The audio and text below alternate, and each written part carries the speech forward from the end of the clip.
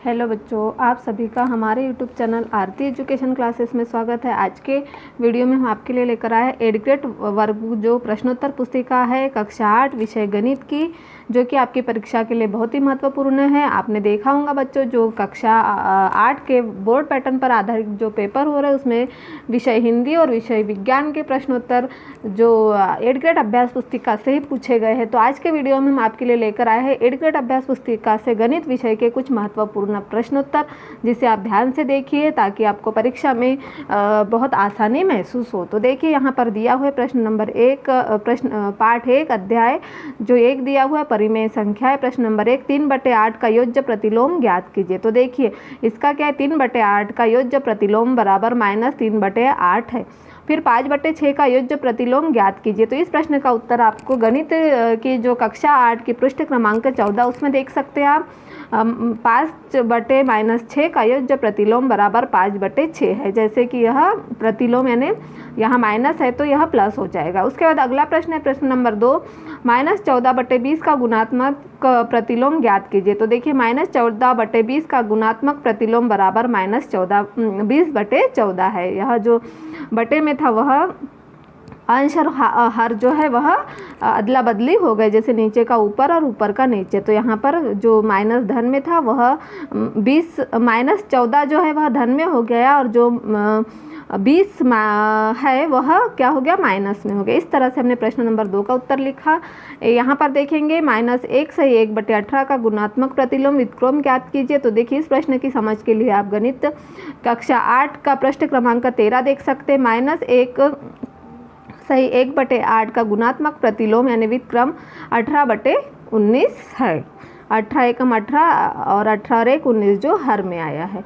अगला प्रश्न है प्रश्न नंबर 3, 5 सही 4 सही 5 को -7/8 के व्युत्क्रम से गुना कीजिए।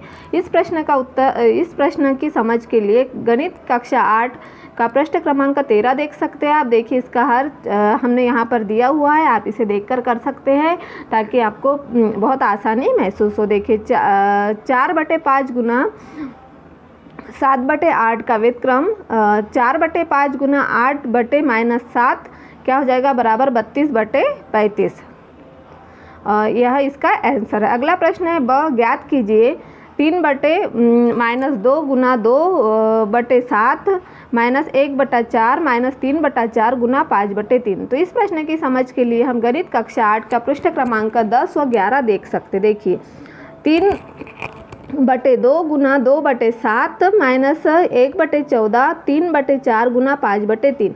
तो देखिए, इस प्रश्न की समझ के लिए हमने यहाँ पर गणित हल कर दिया है, आप इसे कर सकते हैं। जैसे कि देखिए, यहाँ पर हमने 2 से 2 को काट दिया, 3/-7 -1/14 -5/4। तो यहाँ क्या हो जाएगा, देखिए हम -12 -2 -35/28 यानी -49/28। यह क्या हो गया हमारा, जो हमें ज्ञात करना था ब नंबर का, वह हमने यहाँ पर ज्ञात करके बता दिया।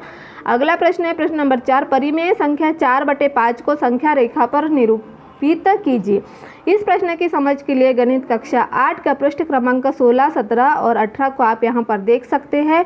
तो हमें माइनस पूछा गया है। देखिए, परिमेय संख्या 4/5 को संख्या रेखा पर निरूपित कीजिए। हमें यहाँ पर क्या करना है, 4/5 को संख्या रेखा पर निरूपित करना है। तो देखिए, यहाँ पर -3 -2 -1 यह 0, इधर से +1 +2 +3। यहाँ धन नहीं है, मतलब यह क्या हो गया, धन 1 धन 2 धन 3। तो हमें यहाँ धन 4/5 को निरूपित करना था, तो हमने यहाँ पर इसे निरूपित कर दिया है। आप भी इसे संख्या रेखा पर निरूपित कर लीजिए।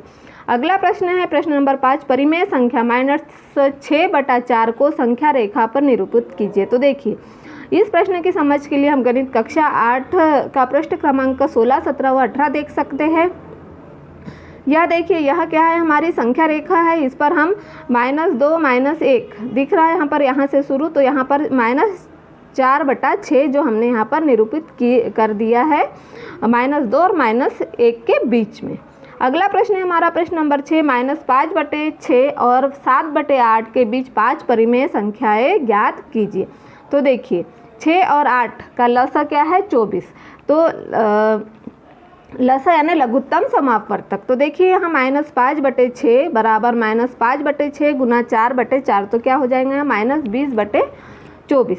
यहाँ पर देखेंगे हम 7/8 बराबर 7/8 गुना 3/3 बराबर क्या हो जाएगा 21/24। देखिए यहाँ पर हमने लघुत्तम समापवर्तक भी निकाल कर आपको दिखा दिया है। आइए बच्चों आगे देखेंगे इसमें -20/24 -19/24 -18/24 -17/24 -16/24 -15/24 बराबर 21/24। 5 परिमेय संख्या कौन सी ज्ञात करने के लिए हमें कहा गया था। तो देखिए -19/24 -18/24 -17/24 -16/24 -15/24 है। यह क्या हमने यहाँ पर 5 परिमेय संख्याएं ज्ञात कर दी है। आइए बच्चों अगला प्रश्न देखते हैं। प्रश्न नंबर 7, 22/5 मीटर लंबी रस्सी में से 2/5 मीटर के कितने टुकड़े कटेंगे। 22/5 मीटर लंबी रस्सी में से हमें 2/5 मीटर के कितने टुकड़े कटेंगे ज्ञात कीजिए। इस प्रश्न की समझ के लिए गणित कक्षा 8 के पृष्ठ क्रमांक हम 9 को देख सकते हैं। 22/5 भागे 2/5। तो देखिए हमने इसका भाग किया, फिर इसका हमने तिरकस गुना 22/5 गुना 5/2 तिरकस गुना कर दिया। हमने यहाँ पर इसका भाग भी दे दिया। तो अतः इसके कितने टुकड़े हो गए 11। कितने टुकड़े हो गए इसके 11 टुकड़े हमने यहाँ पर अतः 11 टुकड़े कटेंगे। हमने जब तिरकस गुना करके भाग दिया तो कितने टुकड़े आए 11 टुकड़े।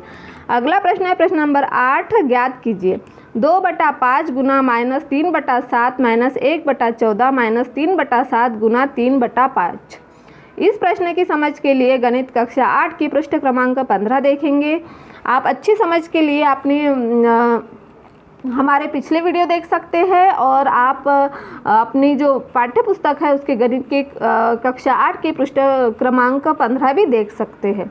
देखिए 2/5 गुना 3 -3/7, फिर यहाँ -1/4 -3/7 गुना 3/5। -3/7 हमने ब्रैकेट में है। फिर 2/5 गुना -3/7 प्लस -3/7 गुना 3/5 -1/14। देखिए यहाँ -3/7 गुना 2/5 प्लस 3/5 -1/14। इस प्रश्न का हल हमने यहाँ पर कर दिया है। आप इसे नोट कर लीजिए और समझ लीजिए ताकि आपको पेपर में लिखने में आसानी हो। अगला प्रश्न है -2 से बड़ी 5 परिमेय संख्याएं ज्ञात कीजिए। हमें क्या करना है -2 से बड़ी 5 परिमेय संख्याएं। तो इस प्रश्न के उत्तर के लिए समझ के लिए हम गणित कक्षा 8 के पृष्ठ क्रमांक 19 को देख सकते हैं ताकि हमें जो 2 से बड़ी 5 बड़ी परिमेय संख्या है उसे हम यहाँ पर लिख पाएंगे। तो देखिए -2 से बड़ी 5 परिमेय संख्याएं बराबर -3/2 -1 -1/2 0 1/2 है।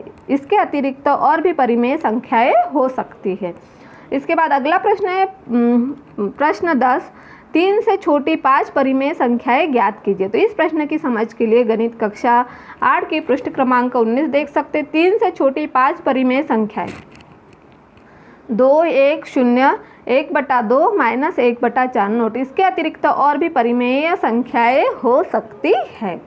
अगला प्रश्न है हमारा अध्याय 2 का। अध्याय 2 एक चर वाले रैखिक समीकरण। तो यहाँ पर हम देखेंगे, देखिए प्रश्न नंबर 1 दिया हुआ है, समीकरण हल करें। 3x - 10 बराबर 5। तो देखिए इस समीकरण को हम कैसे हल करेंगे। इस प्रश्न की समझ के लिए गणित कक्षा 8 के पृष्ठ क्रमांक 26 एवं 27 को देख सकते हैं। 3x - 10 बराबर 5, 3x बराबर 5 धन 10 और 3x बराबर 15। तो x बराबर 15/3 और x बराबर 5। अतः चर x बराबर क्या हो गया 5। तो हमें समीकरण का हल करा और समीकरण का मान निकला x बराबर 5।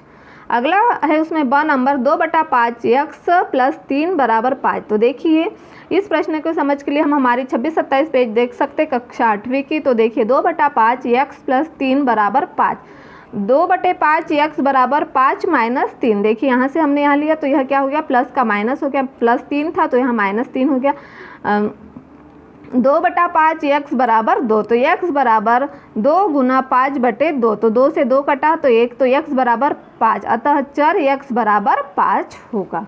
अगला प्रश्न है प्रश्न नंबर 2, किसी संख्या को 1/3 में से घटाने और परिणाम को 4 से गुना करने पर 28 प्राप्त होता है तो वह संख्या क्या होगी। तो देखिए इस प्रश्न की समझ के लिए गणित कक्षा 8 के पृष्ठ क्रमांक 28 से 29 देख सकते। माना वह संख्या x है। क्या है वह संख्या x।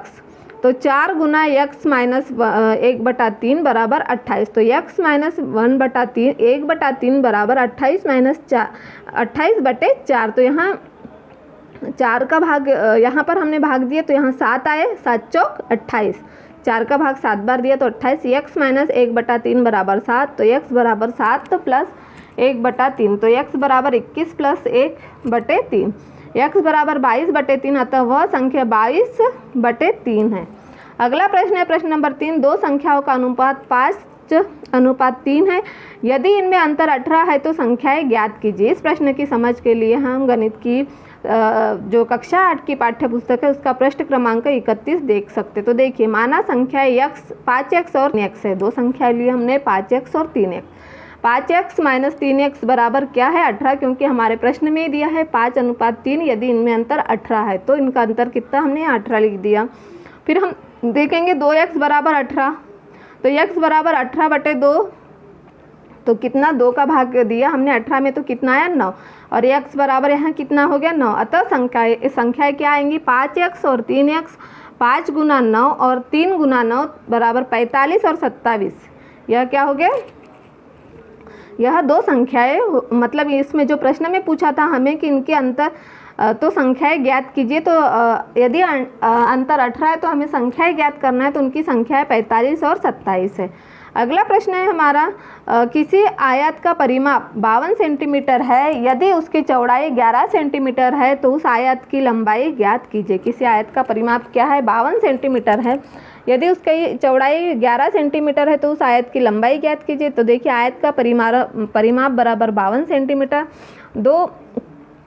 2 गुना लंबाई प्लस चौड़ाई बराबर 52। तो लंबाई धन 11, देखिए हमने यहाँ पर भाग दिया है 52/2। तो यहाँ कितना आ गया? 26। तो लंबाई कितनी?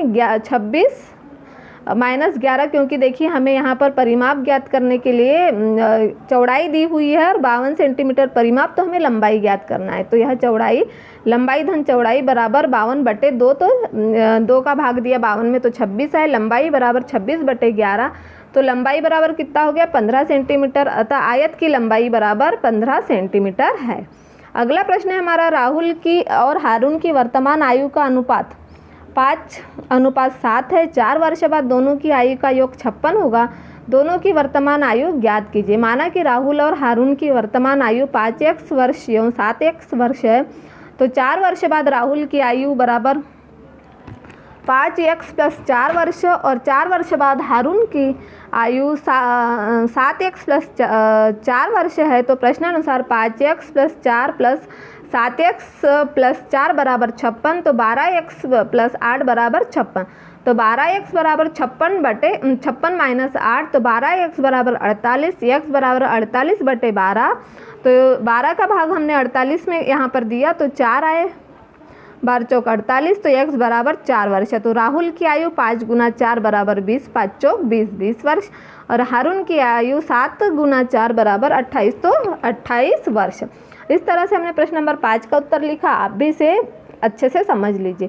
अगला प्रश्न है प्रश्न नंबर 6। दो संख्याओं का योग 90 है और यदि एक संख्या दूसरी से 10 अधिक है तो दोनों संख्याओं का ज्ञात कीजिए। तो देखिए, माना पहली संख्या बराबर x है तथा दूसरी संख्या बराबर x प्लस 10 है। तो प्रश्नानुसार हमें प्रश्न में दिया अनुसार x प्लस 10 बराबर x धन 10 बराबर 90। तो 2x प्लस 10 बराबर 90। 2x बराबर 90 माइनस 10। तो 2x बराबर 80, x बराबर 80/2। तो 2 का भाग दिया तो 40, x बराबर 40। पहली संख्या x बराबर 40, तो दूसरी संख्या x धन 40 बराबर 40 धन 10 बराबर 50। यह क्या हो गया? इसकी दोनों संख्याएं हमने ज्ञात कर दी, 40 और 50। अगला प्रश्न है हमारा प्रश्न नंबर 7। समीकरण हल कीजिए। तो देखिए, z/z प्लस 12 बराबर 3/5। तो यहाँ पर हम देखेंगे, इस प्रश्न की समझ के लिए हम गणित की कक्षा 8 की पृष्ठ क्रमांक 36, 37 एवं 38 देख सकते। z प्लस 12 बराबर 3/5। तो 5z बराबर 3 सही 2 प्लस 12। 5z बराबर 3z plus 36। 5z minus 3z बराबर 36। 2z बराबर 36। तो देखिए, z बराबर 36/2, यहाँ पर 2 दिया है, यह क्या हो गया? इसके बटे में। तो हमने 2 का भाग 18 पर दिया, z बराबर 18। अतः z का मान कितना हो गया, 18 हो गया। आइए बच्चों अगला प्रश्न देखते हैं हम, प्रश्न क्रमांक 8। तो यहाँ पर देखेंगे दो अंकों वाली संख्या में अंकों का अंतर 3 है। इस संख्या में इसके अंकों के स्थान बदलकर प्राप्त संख्या को जोड़ने पर 99 प्राप्त होता है, तो संख्या ज्ञात कीजिए। तो देखिए माना संख्या का इकाई का अंक क्या है, x है, तो दहाई का अंक क्या होगा, x प्लस 30। तो संख्या 10 दहाई प्लस इकाई, तो देखिए 10 x प्लस 30 इसका गुना करेंगे प्लस x, तो 10x प्लस 30x क्या हो गया, प्लस x, तो 11x प्लस 30, यहाँ 1 है तो मतलब x है कुछ नहीं, तो यहाँ 1 है तो 11, 10 और 1 11 प्लस 30। अंकों का स्थान बदलने पर संख्या क्या आ जाएंगी, संख्या बराबर 10 इकाई प्लस दहाई, तो 10x प्लस x प्लस 3 बराबर 11x प्लस 3। तो प्रश्नानुसार 11x plus 30 plus 11x plus 3 बराबर 99 और 22x प्लस 33 बराबर 99। तो 22x बराबर 99 माइनस 33, तो x बराबर 66/22। तो हमने यहाँ 22 का भाग दिया तो यहाँ 3 आए, तो x बराबर 3। संख्या 11 गुना 3 प्लस 30 बराबर 33/30 बराबर 66। तो प्रश्न नंबर 9, इस तरह से हमने प्रश्न नंबर 8 का समीकरण हल किया, संख्या ज्ञात कर ली, संख्या है 63। अगला प्रश्न है हमारा प्रश्न नंबर 9। देखिए विलियम और गुरदीप का वर्तमान आयु का अनुपात 5:7 है। 4 वर्ष बाद उनकी आयु का अनुपात 3:4 होगा। उनकी वर्तमान आयु ज्ञात कीजिए। तो देखिए इस प्रश्न के लिए हम कक्षा 8 की पृष्ठ क्रमांक 39 देख सकते हैं। माना विलियम और गुरदीप की वर्तमान आयु क्रमशः 5x व 7x वर्ष है, तो 4 वर्ष बाद विलियम की आयु 5x प्लस 4 वर्ष होगी। 4 वर्ष बाद गुरदीप की आयु 7x प्लस 4 वर्ष होगी। तो प्रश्नानुसार हम देखेंगे 5x प्लस 4 बराबर 7x प्लस 4 बराबर 3/4। तो 4 सही 5x प्लस 4 बराबर 3, 7x प्लस 4 तो 20x प्लस 16 बराबर 21x plus 12, 20x minus 21x बराबर 12 माइनस 16, तो माइनस x बराबर -4, तो x बराबर 4 हो गया। इस तरह से हमने प्रश्न नंबर 9 को लिखा। तो यहाँ पर हम देखेंगे विलियम की आयु 5 गुना 4 बराबर 20 वर्ष है और गुरदीप की आयु 7 गुना 4 बराबर 28 वर्ष है। आइए बच्चों अगला प्रश्न देखते हैं, प्रश्न क्रमांक 10। देखिए यहाँ पर प्रश्न नंबर 10 का जो है वह हमें समीकरण हल करना है। समीकरण को सरल रूप से में बदलते हुए हल कीजिए। देखिए यहाँ पर समीकरण दिया हुआ है और हमने यहाँ पर समीकरण का हल बता दिया है आपको। आप इस हल को देखकर इस समीकरण को सरल रूप में बदल सकते हैं। आइए बच्चों हम अगला पाठ देखेंगे, अध्याय क्रमांक 3 चतुर्भुजों को समझाना। यहाँ पर हमें क्या करना है, चतुर्भुजों को समझाना है। तो देखिए आकृति में कोण x का माप ज्ञात कीजिए। देखिए यहाँ पर हमें x कोण यहाँ पर 50 अंश, 110 अंश और 120 अंश के 3 कोण दिए हुए और हमें चौथा कोण जो x है उसका हमें क्या करना है, माप ज्ञात करना है। तो देखिए इस प्रश्न की समझ के लिए हम गणित कक्षा 8 का पृष्ठ क्रमांक 44 या 45 देख सकते हैं। चूँकि चतुर्भुज के चारों कोणों का योग क्या होता है, 360 अंश होता है, ये सभी को पता है। तो x प्लस 50 अंश प्लस 110 अंश प्लस 120 अंश बराबर कितना हो गया, 360। तो x प्लस 280, x धन क्या हो गया, 280 अंश बराबर 360। x अंश बराबर 360 माइनस 280 तो कितना हो गया, x बराबर 80 अंश। अतः x का मान कितना हो गया, 80 अंश हो गया।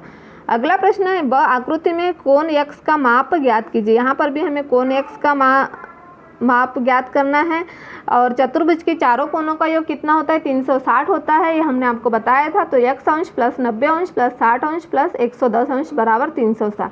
तो x धन 360 अंश बराबर 360 अंश 260 सॉरी x प्लस 260 अंश बराबर 360 अंश, है ना।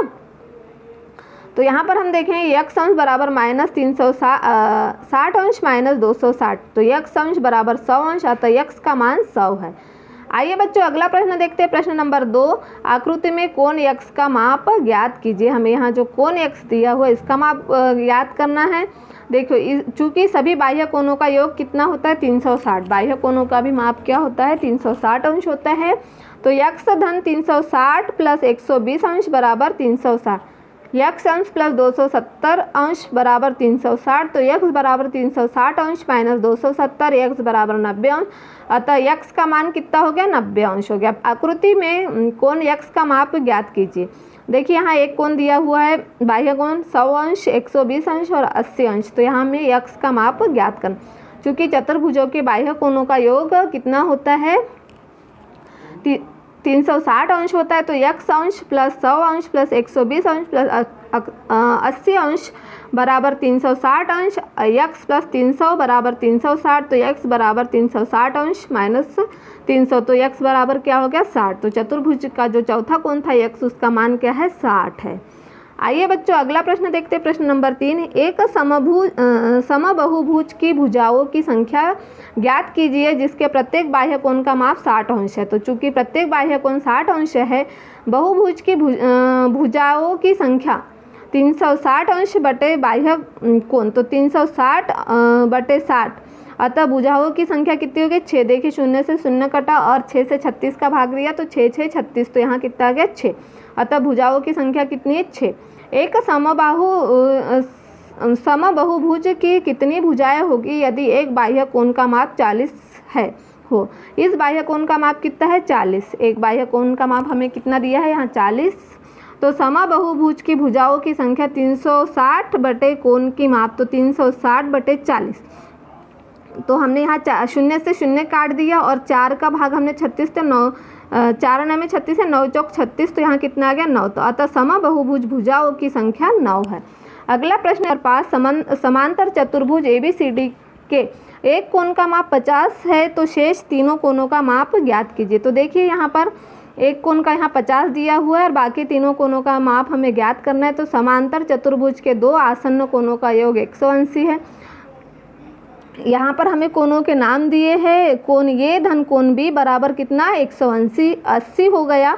तो 50 धन कोण बी बराबर 180, तो कोण बी बराबर 180 माइनस 50, तो और यहाँ पर कोण बी बराबर 130। तो चूँकि समांतर चतुर्भुज के सम्मुख कोण बराबर होते हैं, समांतर जो चतुर्भुज है उसके आमने सामने के यानी सम्मुख कोण क्या होंगे, बराबर। तो हमने यहाँ पर कोण बी का मान निकाल लिया, तो कोण डी भी कितना होगा, 50, और कोण सी बराबर कोण ए तथा कोण डी बराबर कोण बी। इसीलिए कोण सी बराबर 50 अंश तथा कोण डी बराबर 130। अतः शेष तीनों कोणों का योग क्या है, जो हमने यहाँ पर लिख दिया है, कोण बी बराबर 130। तो इस तरह से हमने यहाँ पर आपको समांतर चतुर्भुज ABCD के एक कोण का माप 50 है, तो दूसरे शेष तीनों कोणों का हमने यहाँ पर निकाल दिया है। जैसे कि कोण ए का 50 है, कोण बी 130 है, तो इस तरह से हमने यहाँ पर आपको समझा दिया है। अगला प्रश्न है प्रश्न नंबर 6, दी गई आकृति PQRS एक आयत है जिसमें OP बराबर 2x प्लस 4 और OS बराबर 3x प्लस 1 है। तो x का मान ज्ञात कीजिए। देखिए हमने यहाँ पर आपको समझा दिया है, आप इसे नोट कर लीजिए। अगला प्रश्न है प्रश्न नंबर 7, आप 6 को और एक बार ध्यान से देख सकते हैं। आकृति में PQRS का एक आयत है दिया हुआ है, यहाँ पर देखिए PQRS आयत के विकर्ण एक दूसरे को समद्विभाजित करते हैं तथा बराबर होते हैं। तो OS बराबर OP, तो 3x बराबर 2x प्लस 4 बराबर 3x माइनस 2x बराबर 4 माइनस 1, तो x बराबर 3, अतः x का मान 3 है। अगला प्रश्न है ABCD एक आयत है, x का मान ज्ञात कीजिए। देखिए ABCD हमें क्या दिया हुआ है, यहाँ पर आयत दिया हुआ है और हमें x जो है x का मान ज्ञात करना है। तो ABCD आयत के सभी अंत कोणों का योग कितना होता है, 360। जो आयत दिया हो इसके अंत कोणों का योग 360 है। तो x अंश मतलब हमने चारों x अंश प्लस x अंश प्लस x अंश प्लस x अंश बराबर 360, तो 4x बराबर 360, तो x अंश बराबर 360 बटे 4, तो x अंश बराबर 90, अतः x का मान 90 अंश है। अगला प्रश्न है हमारा प्रश्न नंबर 8, दी गई आकृति एक पंचभुज है, x का मान ज्ञात कीजिए। देखिए यहाँ पंचभुज दी हुई आकृति, इसमें हमें x का मान ज्ञात करना है। देखिए पंचभुज के सभी अंतःकोणों का योग हमने यहाँ पर दिया हुआ है और हमने यहाँ पर समझा दिया। हमने x का मान यहाँ पर 108 अंश है, आप इसे ज्ञात कर लीजिए और अपनी 8th ग्रेड अभ्यास पुस्तिका में नोट कर लीजिए। अगला प्रश्न है प्रश्न नंबर 9, किसी समांतर चतुर्भुज PQRS की आसन्न भुजाएं 4 सेंटीमीटर और 7 सेंटीमीटर है, तो परिमाप ज्ञात कीजिए। तो देखिए समांतर चतुर्भुज PQRS की आसन्न भुजाएं PQ बराबर 7 सेंटीमीटर और QR बराबर 4 सेंटीमीटर। चूँकि समांतर चतुर्भुज की सम्मुख भुजाएं बराबर होती है, इसलिए परिमाप का चारों भुजाओं का योग 7 + 4 + 7 + 4 बराबर 22 सेंटीमीटर, अतः परिमाप 22 सेंटीमीटर है। अगला प्रश्न है हमारा प्रश्न नंबर 10, आकृति ABCD एक समांतर चतुर्भुज है तथा x तथा y ज्ञात कीजिए। हमें ये जो समांतर चतुर्भुज है ABCD, इसमें से हमें x तथा y, देखिए 5x और 5y दिया है, तो हमें x तथा y को ज्ञात करना है। तो देखिए बच्चों यहाँ पर चूँकि समांतर चतुर्भुज की सम्मुख भुजाओं की लंबाइयाँ बराबर होती है, भुजा AB बराबर भुजा D से, तो 5y + 1 बराबर 26, 5y बराबर 26 - 1, तो 5y बराबर 25, 26 में से 1 घटाए 25, y बराबर 25/5, 5 का भाग दिया हमने, तो यहाँ कितना आएगा 5, 5 × 25, y बराबर 5 तथा भुजा AD बराबर BC। तो देखिए 5x बराबर 15, तो x बराबर 15/5, तो 5 का भाग दिया यहाँ पर 3, तो x क्या हो गया 3, अतः x बराबर 3 या y बराबर 5 है। यहाँ पर हम आगे देखेंगे अध्याय 5। इसके बाद जो हमारा अगला प्रश्न है वो अध्याय 5 आंकड़ों का प्रबंधन। तो देखिए बच्चों यहाँ पर आप बहुत ध्यान से समझ लीजिए, क्योंकि आपको हो सकता है इन्हीं में से कुछ प्रश्न आपकी परीक्षा में आ जाए। जब एक पासे को फेंका जाता है तो निम्नलिखित प्रत्येक घटना से प्राप्त होने वाले परिणाम को लिखिए। देखिए यहाँ पर हमें पहला प्रश्न पूछा 4 से बड़ी एक संख्या हो, जैसे पासे के कुल परिणाम 1 2 3 4 5 6 अंक होते हैं उसकी सभी तरफ, तो 4 से बड़ी एक संख्या का परिणाम 5 और 6 है। अगला है 4 से बड़ी संख्या नहीं हो, 4 से बड़ी संख्या नहीं तो नहीं के परिणाम 1 2 3 होंगे। अगला प्रश्न है प्रश्न नंबर 2, एक थैले में 10 कंचे हैं जिनमें 4 सफ़ेद 3 लाल 2 नीले और 1 हरा है।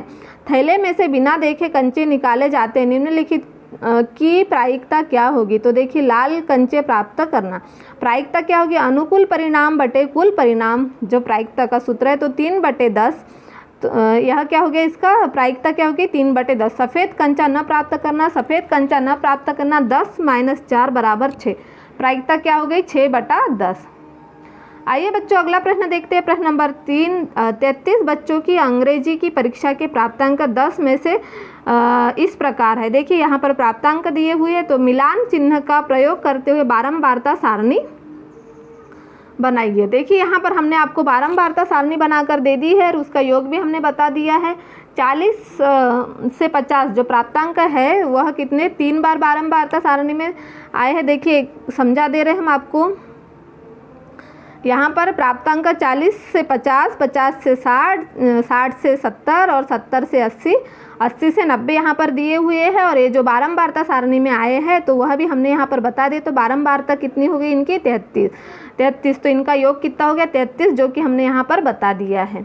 अगला प्रश्न है हमारा, किसी शहर में पिछले 30 वर्षों की दर्ज बारिश mm में इस प्रकार है।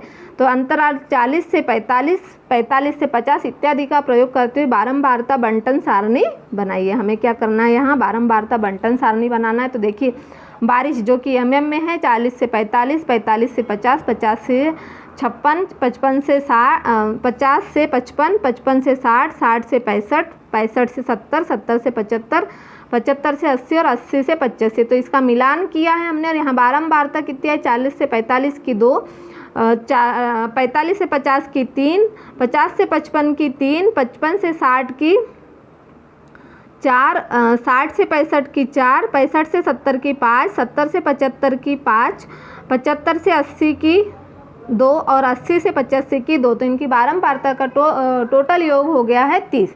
इस तरह से हमने प्रश्न नंबर 4 को समझा दिया।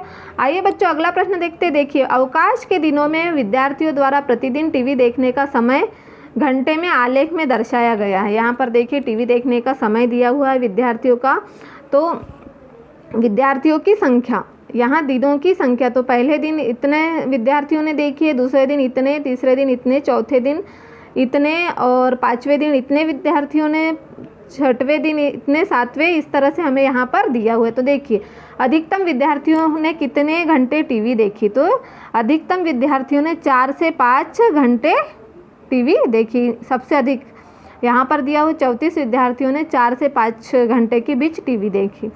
4 घंटे से कम समय तक 32 विद्यार्थियों ने टीवी। अगला प्रश्न क्या था, 4 घंटे से कम समय तक कितने विद्यार्थियों ने टीवी देखी, तो 4 से कम, यहाँ 34 जा रहा है 4 पे, तो 32। 4 घंटे से कम विद्यार्थियों ने 32 विद्यार्थियों ने टीवी देखा। फिर अगला प्रश्न है, कितने विद्यार्थियों ने टीवी देखने में 5 घंटे से अधिक समय व्यतीत किया, तो 12 विद्यार्थियों ने टीवी देखने में 5 घंटे से अधिक समय व्यतीत किया। इस तरह से हमने यहाँ पर प्रश्न नंबर 5 में जो पूछा गया हमें आलेख, उसके अनुसार यहाँ पर हमने उत्तर बता दी।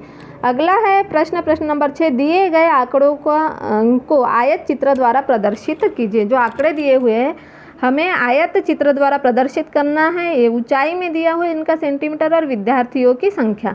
तो देखिए इस चार्ट के अनुसार हम आपको यहाँ आयत चित्र बना दे रहे।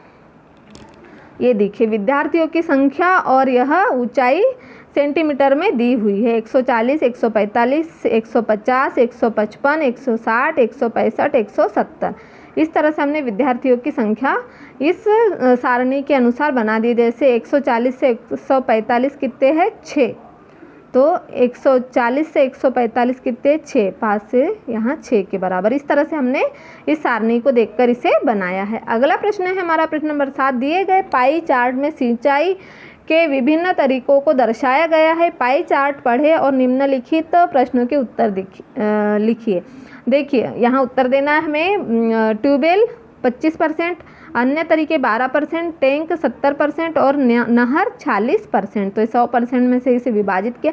कितने प्रतिशत भूमि नहरों द्वारा सींची जाती है, तो देखिए यहाँ पर 40% भूमि नहरों द्वारा सींची जाती। फिर अगला है 70% भूमि किस माध्यम से सींची जाती, तो 70% भूमि टैंक के माध्यम से सींची जाती। फिर अगला ट्यूबवेल से सींची जाने वाली भूमि का प्रतिशत 25% है। देखिए कितना है यहाँ पर प्रतिशत पूछा है, तो यह 25% प्रतिशत है।